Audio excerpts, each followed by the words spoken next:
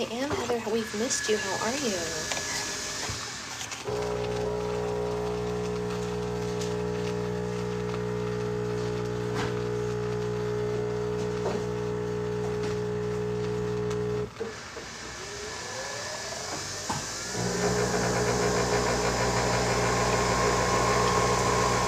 Hey, Amanda. Are you all back home and safe and sound?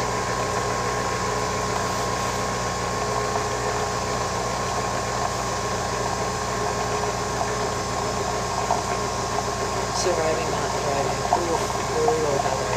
What's going on? If you're allowed to talk about it, because I can't talk about it. Still have to catch up on yesterday. Kids are in school and I'm back to work. Yeah, that's the way of it. Jump right back in. Jump right back in. Someone is asleep, as you can see. Sleepy girl. I'm making coffee, which is very needed. Forgot to wear my glasses yesterday. Tired morning for those two, I'm sure. Hey, Isabel. Alright,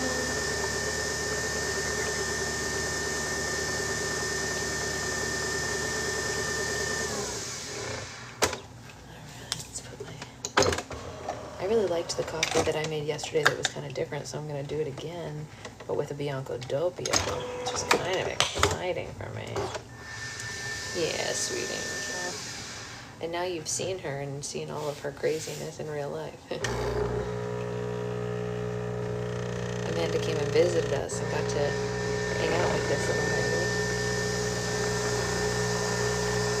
And secret husband as well. Was he what you envisioned, Amanda? Were either of them what you envisioned? Exceeded all expectations. Oh, thank you, Amanda. And your babies are the sweetest. That would be amazing, Isabella. It's such a far trip. It would be so cool. I already knew what your kids looked like. I didn't know what your husband looked like, but he feels so sweet and just right in line with normal. Hey, Liz. How are you? Not in the office today, I assume?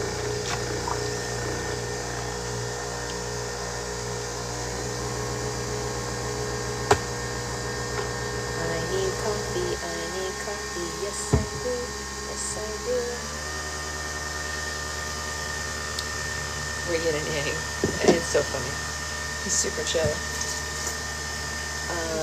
Just volunteered for the book fair. That's exciting.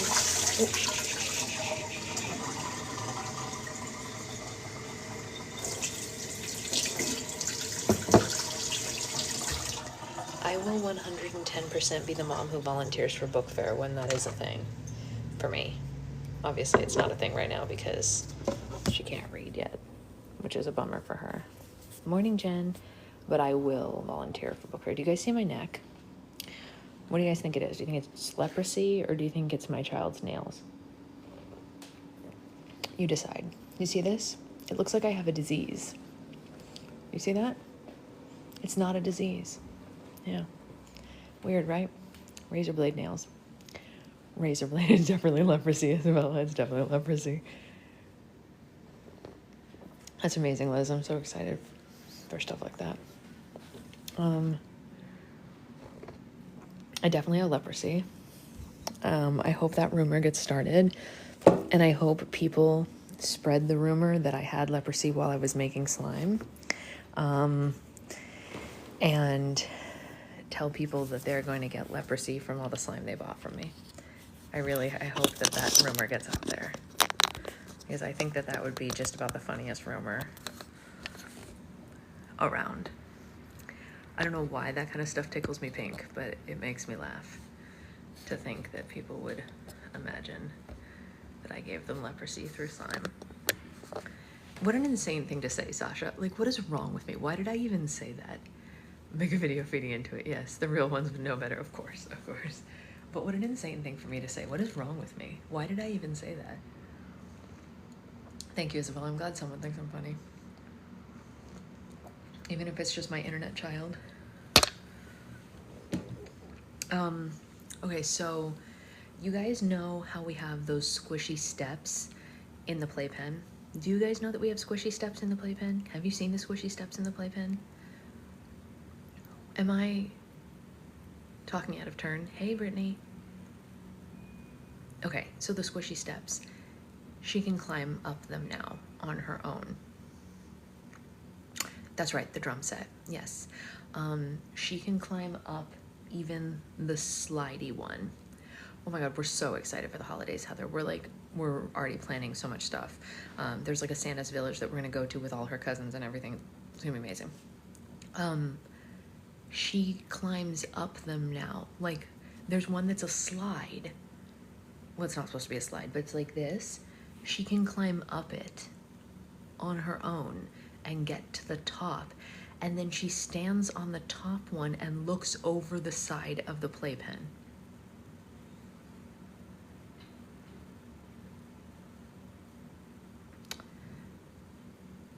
Not great. Yeah, I'll see you in a few, Liz. The other thing that she's decided to do, you guys know that toy that she has that's got all the little blocks in it and you have to put the blocks in the right thing?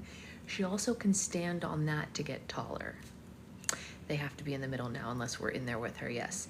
When I'm in there with her, I let her do it and I just like stand there and hold her, but unless, I mean, she's not really in there alone, ever. Are there any Christmas traditions you want to start with her? Yes, so this is a great question. We have a lot of things we want to do and that we want to bring from our families. So one thing that both Secret Husband and I did when we were kids is you got to open one present on Christmas Eve. So we're going to continue that with her. In my family, you always go to Disneyland at Christmas and you get to pick out one present while you're there. Usually that's the present you open on Christmas Eve, but it doesn't have to be. That is a big thing. Obviously, she's a little young for Disney right now, but we have all those free tickets to use, so we kind of have to go. And then are you going to need a double-decker play? We're going to need a double-decker play. Yes, that is a fact. And then we will go to my aunt's house on Christmas Eve for dinner, which is a thing that my family has done for forever. You do the Christmas Eve present too, yeah. I know, as if it's a chore. That's so funny, Stephanie, right? But like, I would, if the tickets were gonna last longer, I would save some of them until she was older because I would think she would enjoy it a little more. But she does really like it. That's the weird thing. People see her there and they're like, she looks like she's having so much fun. How does she know what's going on? I'm like, I don't know. But she loves character meet and greets. It's like her freaking favorite thing. Corner store on Main Street already converted to Christmas. Oh my God, really? Nothing here is converted to Christmas yet. So where I took Amanda in our little town square or whatever, they also do a lot of Christmas stuff. So we'll go there as well. And then we are going to do on Main Street. Yes, they would do that. Yes, Disney there. My brother and his wife and his baby are coming into town at the beginning of December. And since kids can't tell time, and Zoe's really the only one who's old enough to know the difference, we're gonna have a fake Christmas with all the kids together and let the kids exchange presents to each other. The parents will still give their own kids their presents on actual Christmas. Yeah, it's our memories too, 100%. I'm totally in that camp as well, Heather. Hey, Jillian. So we're gonna have like a fake Christmas and let all four of the cousins just exchange presents in front of the tree as if it's Christmas, you know, because they don't know the difference. They're too little to really know. Zoe will probably be confused, but we'll just explain it to her, and she's a good kid, and she won't, you know, she's funny. She's. Did I tell you guys what happened with her and my sister the other day? Did I tell you about the baby thing? I won't say all of it on here because I don't want to, you know, get banned from TikTok. But basically, Zoe asked, how do people get kids? How do people get kids? And my sister was like, well, some people choose to adopt their kids and some people choose to grow their kids in their body. And I thought that was, you know, safe. And Kid Christmas, exactly. That's right, Amanda, that's right. And so then Zoe said, well, how did you get me? And my sister said, I grew you in my tummy. And Zoe said, how did I get out? And my sister's like, here we go. And she said, well, mommy's bodies are prepared for this, and, you know, they make way for the baby to come out. And Zoe said, but wasn't I very big? And my sister said, you were pretty big, yeah. And she said, then how did I get out? And she was like really concerned, right? And my sister said, it's okay, you know, like, I'm fine. Look, you know. And she said, do I come out of your belly button? And my sister said, No, no, some babies get taken out of that way, but you did not. No, you came out the birth canal. And she actually said birth canal. And Zoe said, it's by your belly button. And she said, no, it's not. And Zoe said, then where is it? And my sister, and I'm not going to say what she said on here because she was not backing down until she got the truth. Yeah, I don't want to get, in trouble with TikTok. But my sister gave a very kid-friendly explanation of what happens, right? And then there was silence. And Zoe looked down. And then she looked back up at her mom and she said, I am never having children. I will be an auntie. Aunties are very good. I am never having children.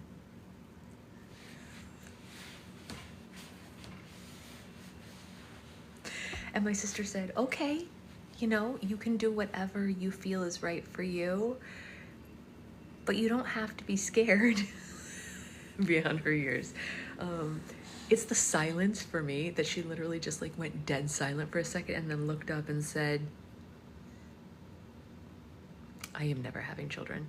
Yes, my sister did use correct terminology. She just did it in a kid-friendly way to not scare her, Morning, Kayla. But anyway, I thought that was pretty funny. I am never having kids. She even told my mom that the other day when my mom went to visit. My mom said, Zoe's never having children. And I said, oh yeah, I heard. It's a little young to decide. My middle niece had a similar reaction. She told me she never wanted to be pregnant. Yeah. My sister just didn't want to scare her, but I guess she did anyway. Highly recommend that book. Yeah, no, for sure. But you don't expect it to come at 5, right? So I have my glasses today because I forgot them yesterday. What is happening? Why is the tripod stuck? It does. It makes it insane. Yeah. So anyway, that's my funny story for the day. That is my funny story for the day. My glasses are a ate. What was the name of the book, Roxy? I can't remember. Cleaning my glasses that I forgot to wear. Because I'm an old lady now. Oh my gosh, they're so dirty. How do you people who wear glasses all the time put up with this? I only have to wear them some of the time and I can't. It's just ridiculous. Okay. The Birds, the Bees, and the Elephant in the Room. That's a great title, actually. All right, so yesterday, Dawn Dish Soap Helps. Interesting, okay. Yeah, you know what, Amanda, it's not just you. This was happening to Becca yesterday. Becca kept trying to pin things and it wouldn't pin them. Isn't that weird? I don't know what's going on. Like, why is it doing that to you guys? I don't understand. If I make a moderator, what's the point in blocking their abilities? You weigh the pros and cons and contacts. Yeah. It's very odd, Amanda. I don't really understand it.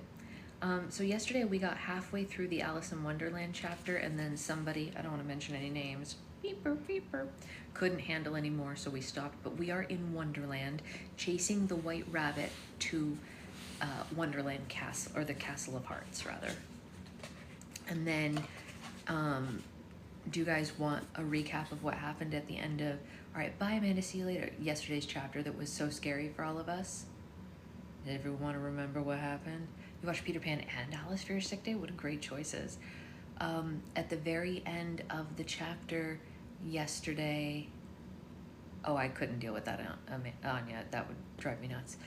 At the very end of the chapter yesterday, Alex jumps into, all right, bye, Cindy. Alex jumps into the next book, which is The Land of Stories, to go back.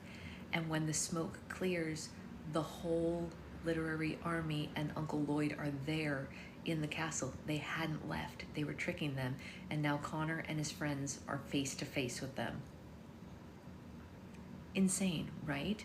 Too crazy. I didn't remember it. It was terrifying to read. Like, I read these books 3 years ago or 2.5 years ago or whatever. I did not remember that moment and it blew my mind all over again. Chris Colfer is a genius writer.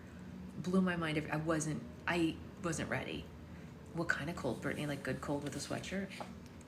So now they're describing the literary army, and here we go.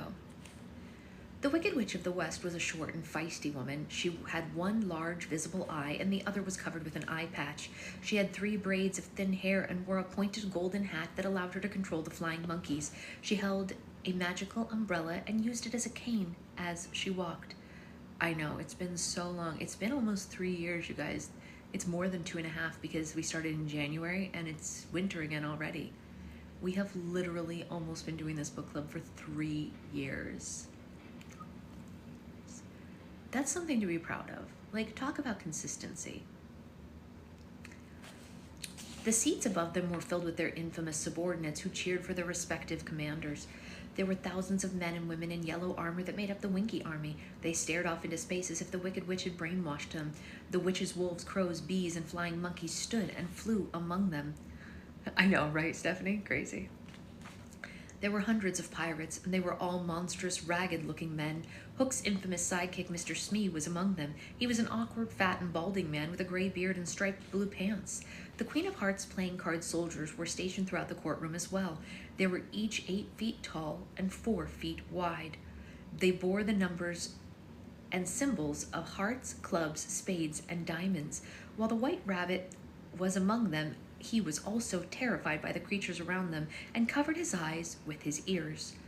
If all the children in the other world combined their nightmares, this would be where Connor was standing right now.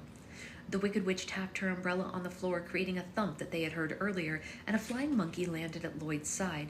The monkey handed him the copies of Alice's Adventures in Wonderland and A Treasury of Fairy Tales.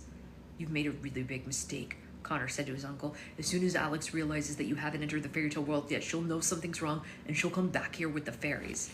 Lloyd just laughed. "Sadly, Alex will never return from the place that I sent her." He peeled the treasury jacket off the book, and Connor saw that the two didn't belong together. Alex had been tricked into another story. "Where did you send her?" Connor yelled. "Doesn't matter anymore," Lloyd said. "What matters now is where I'm sending the rest of you." "I say off with their heads," the Queen of Hearts shouted. "I told you, Your Majesty, you can chop as many heads off as you like once we conquer the fairy tale world," Lloyd said. "I've got something even better planned for these 3 here." Lloyd nodded to the Wicked Witch, and she tapped her umbrella again. 6 flying monkeys swooped down and grabbed Connor, the Tin Woodman, and Peter by the arms. They flew them high into the air, and the entire villain army roared with delight.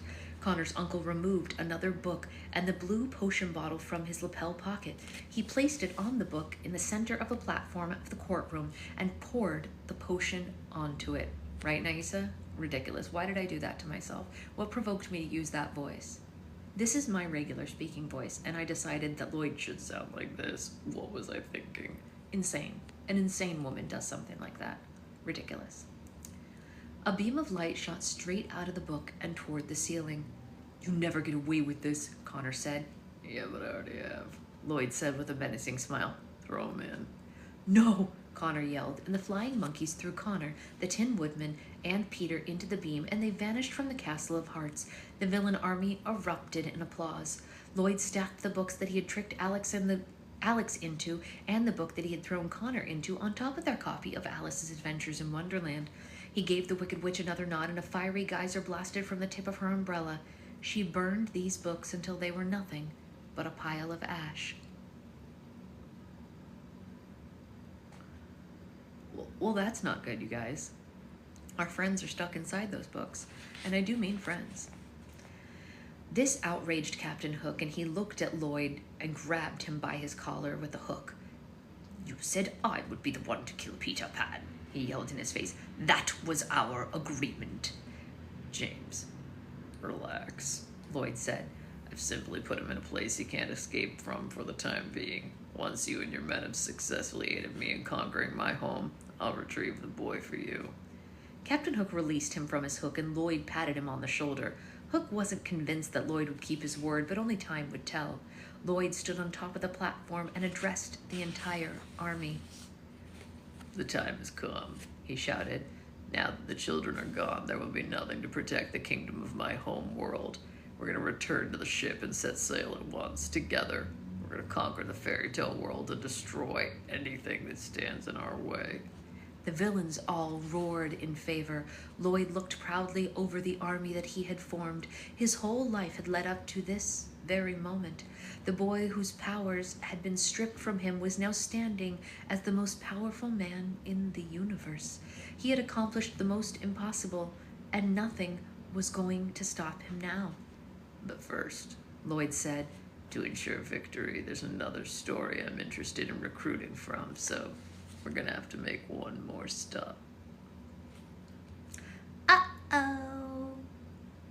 I don't even remember what the other story is. Where are they going? I don't know. Yikes. I'm gonna need a sip of coffee to get through this one. You're a year in, Brittany. How long is everyone else into book club? I'm obviously almost 3 years in because I've been in it since day one. Anya's been in it since day one. Naisa's been in it since day one. Or at least month one, if not day one. Right? Or did I imagine that, Anya, Naisa? You know what, Nikki? That is the scariest. Day with John Doyle. Ah, yes, you came in when we read John's book. 2 and something, starting near the end of the first line of stories. Read nice. So a long time. Dude, if they sent Alex into the Bible, we're in big trouble. Yes, that is an accomplishment. About a year. Only consistently since the Hunger Games, yes. Which, I mean, what a great thing also. Almost 2 years for Roxy. Very good, very good. Doesn't it feel nice? I don't know. Feels good to me. Any amount feels good to me, actually. This year, Hunger Games. I think that grabbed a lot of people. And I never read any of the books with the intention of grabbing people. I just read kind of like whatever speaks to us. I went too long. Wait, hold on. I apparently went too long without clicking on a live because why do you have an entire huge baby? That's really funny. Yeah, she's 9 months now and she's a big girl now. Yeah. 3 whole years is crazy. Yeah. It is crazy. But it's nice. I have a couple of things after this that I think we're really gonna enjoy reading. I've got a list of stuff for us to debate after this. Also, I think we should do what we did with John and that book that shall not be named again soon, where we like find an indie author and read them again. You like the name change? Thank you. I wish I could do it live with you. I mean, if you do a live, I'll definitely join. I think we should find another indie author and give another indie author a go. We had, interesting times with the last one. John's was good though, so like we're 1 and 1, right? One really good one. If any of you who weren't here for, what was that book called? It's on YouTube. What was it called? With Giles in it? If any of you need like a really good laugh, you should go back and watch that on YouTube because, I mean, just our commentary was worth the read. What was that called? Wait, what did you say? I can't say it. You have all the Grimms now. Yes, all the Grimms. Yeah, the one with the ski bunny. Yes. Have you read The Prince of Oregon? That's pretty funny. We should read that. I forget the title of that one too, Nice. The snow one. I need to finish recording Prince of Oregon and then we will read it. I want to finish recording it by the end of this year if I can. And then we should read it for book club. Maybe we should just do it anyway and I'll record it after. Do you guys want to read my book next after we finish this series? Yeah, I've been recording it, Stephanie, but like I had to stop when she was born because she doesn't get quiet enough for me to do it, which makes it difficult. But yeah, we should just read it after we're finished with Lando Stories. I'll just read it and we'll call it a day and then I'll record it afterwards. Yes, that's on my list of goals for the year. Elizabeth Taylor book. You want us to read an Elizabeth Taylor book? We can find one.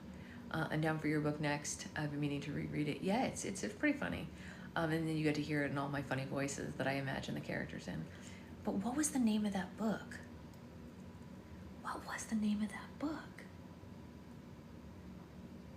What is wrong with me? You know what? We'll go look it up after this, but all I'm going to say, yeah, a biography. I knew that's what you meant, Roxy. Yeah, biography is Elizabeth Taylor. I don't know a lot about Elizabeth Taylor. Maybe it would be very interesting. My knowledge on her, Key Ridge. There you go, Naisa. Key Ridge. Okay. If anyone was not here when we read Key Ridge, may I implore you, in your downtime when you need something to listen to, that you go to YouTube and listen to the recordings of Key Ridge, because if that doesn't bring you just some hilarious joy, nothing will. Only those of you who like really know us and know book club, because if you don't know us, it's less funny. But like if you're a book club member and you know the members of book club, you were definitely here, Anya. Yeah. And it's a doozy. It was real something. It's really something. It's really something else. It is me reading it. Yeah, Nikki. Yeah. We got it because we were like, let's support an indie author. Yes, Secret Husband has a lot of commentary. It was before she was born, so he used to sit with us sometimes and have commentary. It was really something. It was really something. Do you make slime anymore? Yeah, I just don't sell slime. You'll enjoy it, Nikki, because you know us. Anyone who knows us, remembering book titles is not my strength. Yeah, no, I couldn't remember it either, Anya. I literally couldn't remember it. But it was pretty funny. It was pretty funny. Okay, let's read the next chapter. The next chapter is chapter 20, and it is called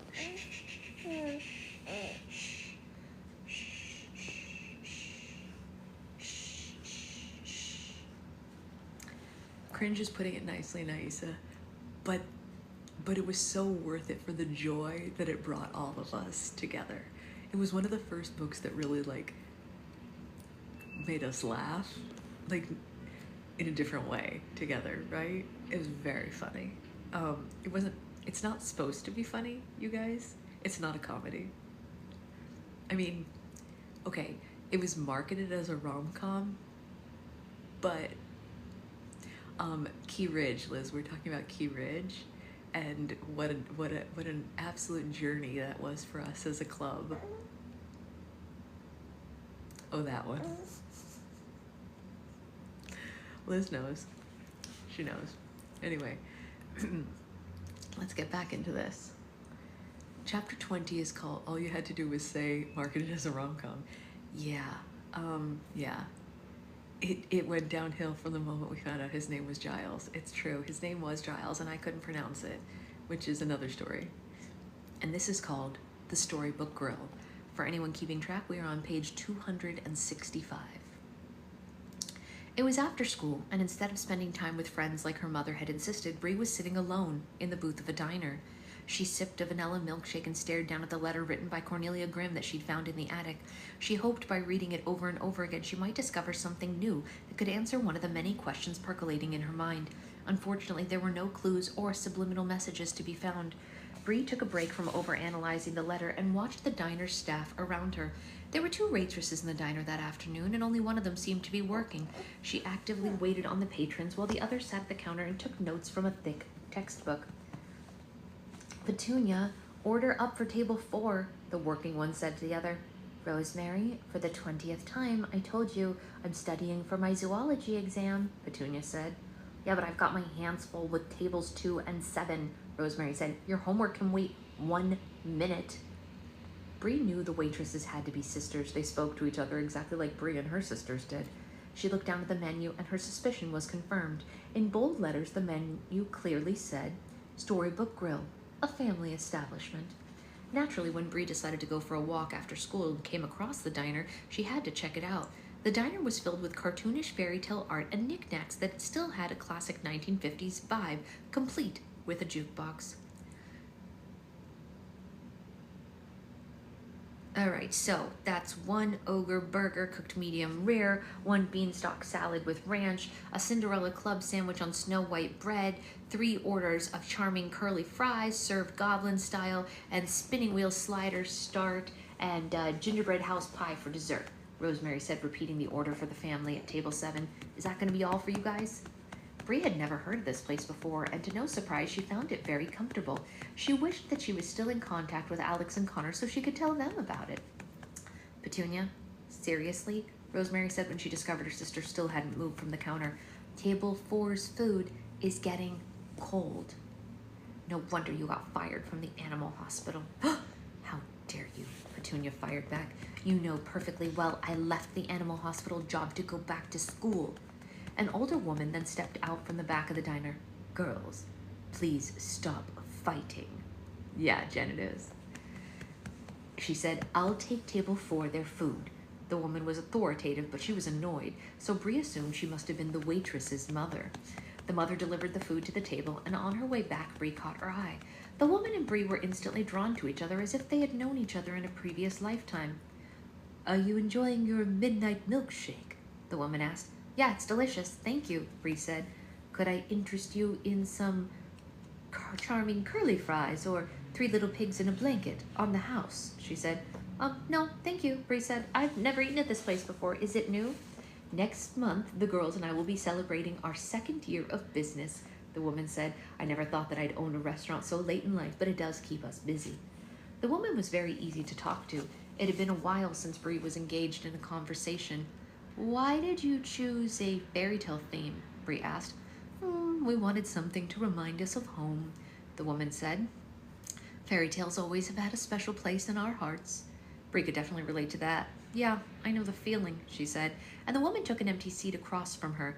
"My name is Iris. What's yours?" "Bree Campbell." She shook Iris's hand. "It's nice to meet you."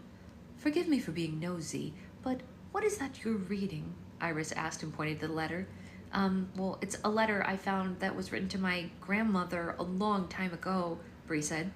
"Oh," Iris replied. "And it's significant to you?" Sort of," Bree said. "I've been thinking a lot about family lately, and it has some answers to questions that have been on my mind." "Every family should have a few good mysteries," Iris said. "May I take a look?" Bree slid the letter across the table, and Iris put her reading glasses on and read it. "Beautiful penmanship," she said. "They certainly don't teach people to write like this anymore." The sender's name seemed to intrigue Iris as much as it had Bree. "Cornelia Grimm is a cousin of your grandmother's?" I think so," Bree said. "My grandma isn't alive to confirm it, unfortunately."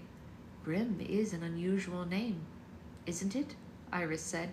"Any relation to the brothers Grimm, by chance?" "Well, that's exactly what I'm trying to figure out," Bree said. "If she's still alive, I want to find this Cornelia woman and ask her, but my parents would never go for it. Things got, well, they got a little crazy last time I went on a trip." Iris found this quite curious. "You seem very interested in the possibility. Would a relationship with the brothers Grimm mean more to you than just bragging rights?" she asked. And Bree didn't know how to explain it without sounding like a total lunatic. "Well, you see, it would mean, it would mean," she said, struggling to find the right words. "Well, I suppose I feel like if I had a little piece of magic somewhere inside of me, it would make me feel like I was part of something bigger than myself and that I was meant for greater things than I realized." "I hope you would feel that way regardless of your association," Iris said. "It's kind of more than association," Bree said. "It would clarify things and help me understand where I belong, and it would give me a purpose. I know it sounds crazy, but I'm constantly worried that if I don't find out, I'll be tortured forever, and living with that fear has started to change me. I've become less interested in school, I ignore my friends, and I'm meaner to my little sisters than I've ever been before. It's like I can't enjoy anything until I figure it out." She couldn't believe that she had just spewed so much information onto a stranger. It had been so compressed inside of her that it all spilled out the moment she started talking about it. "Sorry," Bree laughed. "I sound like such a teenager. So many emotions, so little time." Iris understood that more than Bree realized. This was much more than just DNA. Bree was on a delicate road to self-discovery. "You don't want to spend your life searching for relevance," Iris said. "It will only lead to mistakes. Those mistakes will harden you, and they'll make you bitter. You start resenting people who have found happiness. You spread misery, hoping it will destroy your own, but it won't. If you have the chance to validate something within yourself, then do yourself a favor and take that chance. You don't want to live with a piece of your heart missing. It'll turn you into a monster. It's better to be the hero in your own story than the villain of someone else's." "So you're saying I should find this Cornelia woman?" Bree asked. "Well, if it'll bring you peace, I do recommend that you do, yes," Iris said. "Even if you don't get the answers you're looking for, you'll never be poisoned with regret." Bree understood and then agreed with her completely, but being a teenager, there was only so much she could do. "Yeah, but she lives all the way in Connecticut," Bree said. "There's no way that I could make it there on my own." And Iris raised a mischievous eyebrow. "Where in Connecticut?" she asked. "Happy birthday, Susan. Hi." "Willow Grove," Bree said. "Have you heard of it?" Iris checked the postmark on the envelope. "What a coincidence," she said. "The powder buns that we call Snow White bread come from a factory in Connecticut. It's not Willow Grove, but the zip code does look familiar. Iris winked at Bree, but she didn't understand what Iris was getting at. The delivery truck will be here next Friday, Iris said. We're always their last stop of the week before it turns around. The delivery man is sweet, but he gets distracted very easily because, well, he has a crush on my daughter Petunia. Bree couldn't believe it. Was Iris implying what she thought she was implying? Iris, are you trying to get me to sneak to Connecticut on a delivery truck? Bree asked and couldn't help but smile at the thought. I have absolutely no idea what you're talking about, Miss Campbell, Iris said, and she stood up from the booth. But I'm going to go ahead and get you another midnight milkshake while you think about it. Dun, dun, dun. Will Bree sneak away to Connecticut? I don't know. I don't know, but I'm going to take a sip of coffee. Uh-oh. Are we waking up? Oh, no. Oh, no. Are you awake? Did you wake up, my angel? What time is it? 9:02? Is it 9:02? Are you waking up? Oh, Angel, you don't want to be awake, do you? Well, 40 minutes isn't the worst nap. You want to go in the playpen? You want to play? You want to play while Mommy reads? Yeah? You want out? Whee! Come here. You want to go in the playpen? Whoa. Who's a big girl? Mommy's coming. Yeah, Mommy's coming. Just a second. Oh, look at these bears. Emily.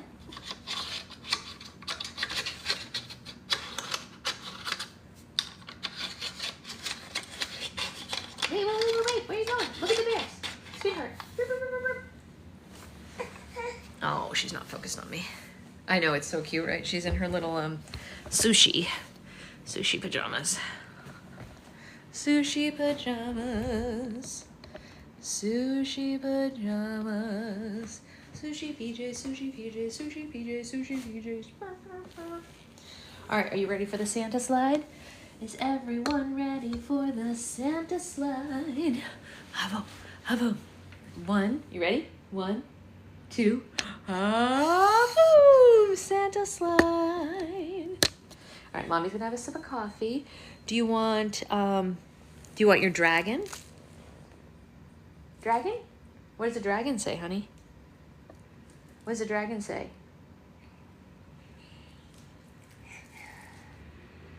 What does the dragon say? That's right. I didn't know you were getting a tattoo on you. That's pretty cool. Did you guys hear the dragon? It's a good dragon, right? Yeah? Do you want this book? Do you want this piggy?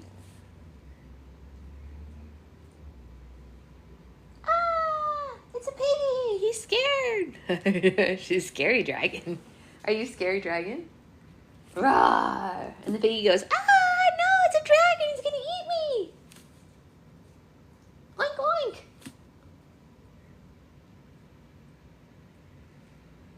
There's a cow. The cow says, moo.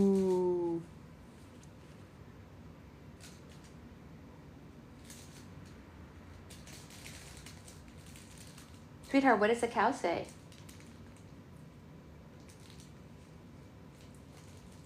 She's done with me. Okay. You're also scared? Yes, very funny.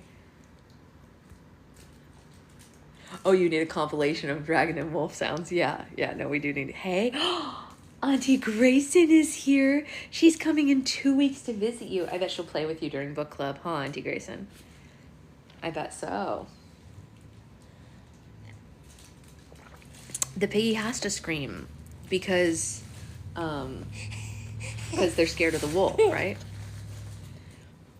Yeah, she's trying to get on screen to see Grayson. I know. Grayson's not really there. It's just Screen Mommy. She's not really... I mean, she's there, but she's not really there. She's just there in text. Yeah. You want to sit down so Mommy can keep reading? What do you think? What do you think? You want to sit down? Can you sit down? She thinks, yes, she thinks having the pig scream is funny. She does. She does. Okay. Can you sit down? Can you sit down, sweetheart? Yes, she says, give me Auntie Grayson. That's right. She wants her to see her. That's right. Okay.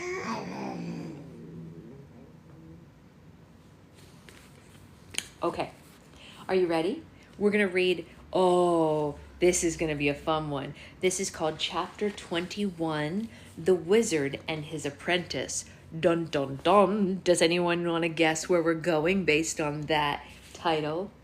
Who would the wizard and his apprentice be? Who could it be, sweetheart? Who? Here we go. Alex braced herself for the words from a treasury of fairy tales to form the fairy tale world around her. She had no idea what part of the fairy tale world the book would place her in, or what kind of a mess she might be stepping into, so she prepared for the worst. Definitely not Glinda. She just hoped that she could get Peter and the Tin Woodman to the Fairy Council before the villain army did any damage. An overcast sky appeared above her. Green hills stretched into the horizon, and they were covered in boulders and stones. There was a thick moss of trees in the distance. The air was salty, and Alex could see the ocean nearby a great cliff beyond. Alex was alone in the area, so she felt safe for the time being, but she had no idea where she was. She knew the landscape of each kingdom by heart, so she was certain she would know where she was the moment she arrived. However, there was nothing about this land that she recognized, and the area was an absolute mystery to her. Whoa, big girl. Why don't you sit down and play with the bears? You have to stand and play with the bears now? My goodness, okay. Mother Goose and Lester also came out of Wonderland fearing the worst. They charged into the scene with their fists and wings raised, but they relaxed when they saw that there was no one to fight. The new environment puzzled them too, and they looked around the land curiously. Where are we? Mother Goose said. I have no idea, Alex said. I thought I'd been to every part of the fairy tale world, but I've never been to this place before. They scanned the area and they looked for a clue as they waited for the Tin Woodman and Peter to step out of the beam of light, but neither a clue nor their friends presented themselves. Well, that's strange, Alex said. I wonder what's keeping them. She went to the treasury, and right as she was about to poke her head inside the beam of light, it vanished. A moment later, the book burst into flames, and Alex jumped back from it.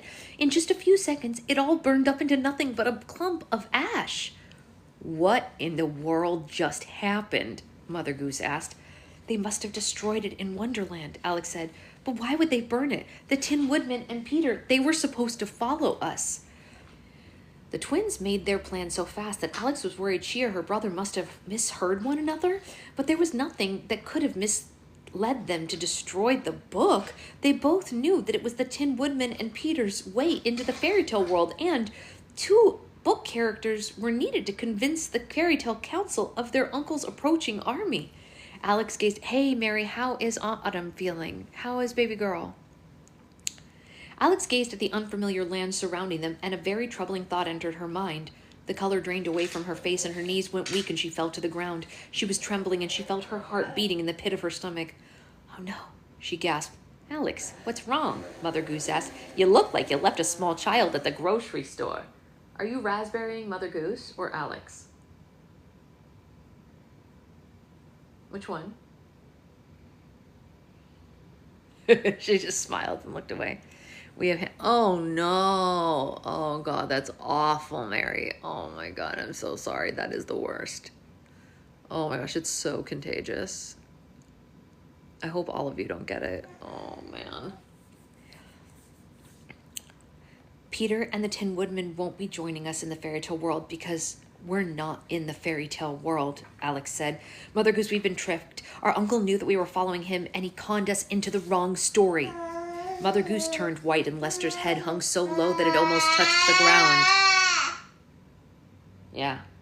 They didn't want to believe it, but it did explain why neither of them recognized where they were. Sweetheart, look at this. Look at this. Can you do this? Well, how do we get back? Mother Goose asked. We can't get back, Alex said. The book acts as the entrance and the exit to each story. We're trapped without it. But Connor and those others must have seen the book get destroyed, Mother Goose said. They'll know that we've been marooned. Maybe, Alex said, unless something happened to them too. They could all be trapped in another story for all we know. And Alex broke into tears. She couldn't believe that their journey had taken such a miserable turn. I know, right, Grayson? They had been so careful up to this point, and now they were trapped, possibly forever. Mother Goose decided that Alex was panicking enough for the both of them. She took a deep breath and tried being positive by playing devil's advocate. Well, there's no way of telling what happened to your brother, she said. It's very possible that he crossed into Neverland safely, and we're all worrying for nothing. And if he did, once he arrives in the fairy tale world with the others, it won't take long for them to realize that something happened. Really? That's what we're doing right now? Wow. Sure. No, I hear you. Yeah, no, that makes a lot of sense. Mm-hmm. Yep. Yeah, that's how she feels. Yeah. Okay. Anything else? No. That seems about it. Yeah, the disrespect. The disrespect. She does. She raspberries me a lot. It's true. Right? She tells me how she feels about my acting abilities. I think I'm a great vocal actor. You seem to disagree, which I find, honestly, hurtful. Because I think I'm pretty good at it. I give you all the voices. How many mommies give all these voices? Huh? How many? How many mommies? Yeah, you don't know because you only have this mommy. Right, yeah. Can you do this one?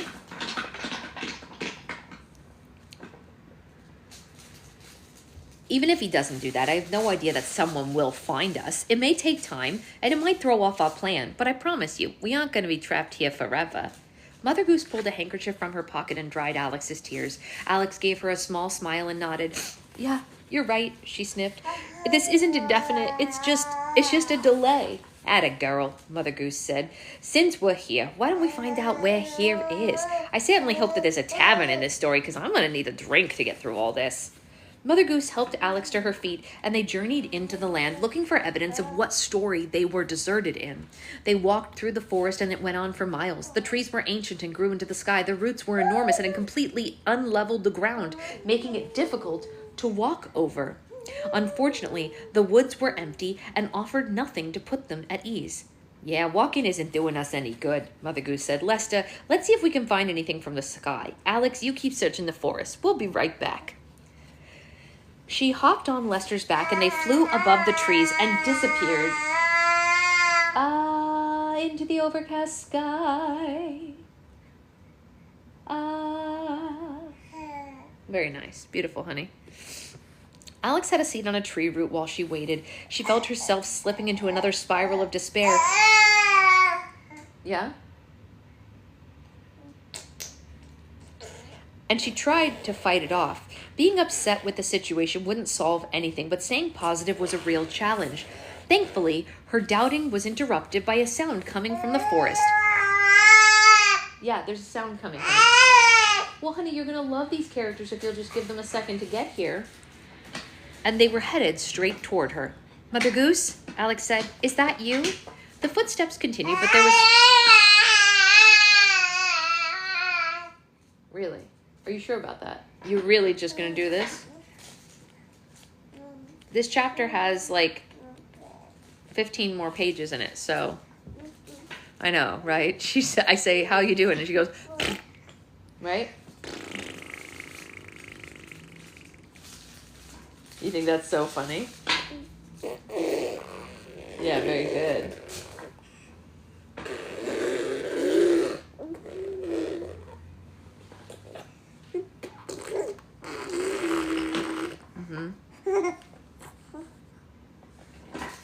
Can you sit down for 1 minute? Maybe you could count to 100. She said, I don't know how to count. Woo! What was that? It's a good thing Mommy was holding you, huh? You're doing some daredevil activity. Do you want to sit down? Do you want to do baby book club?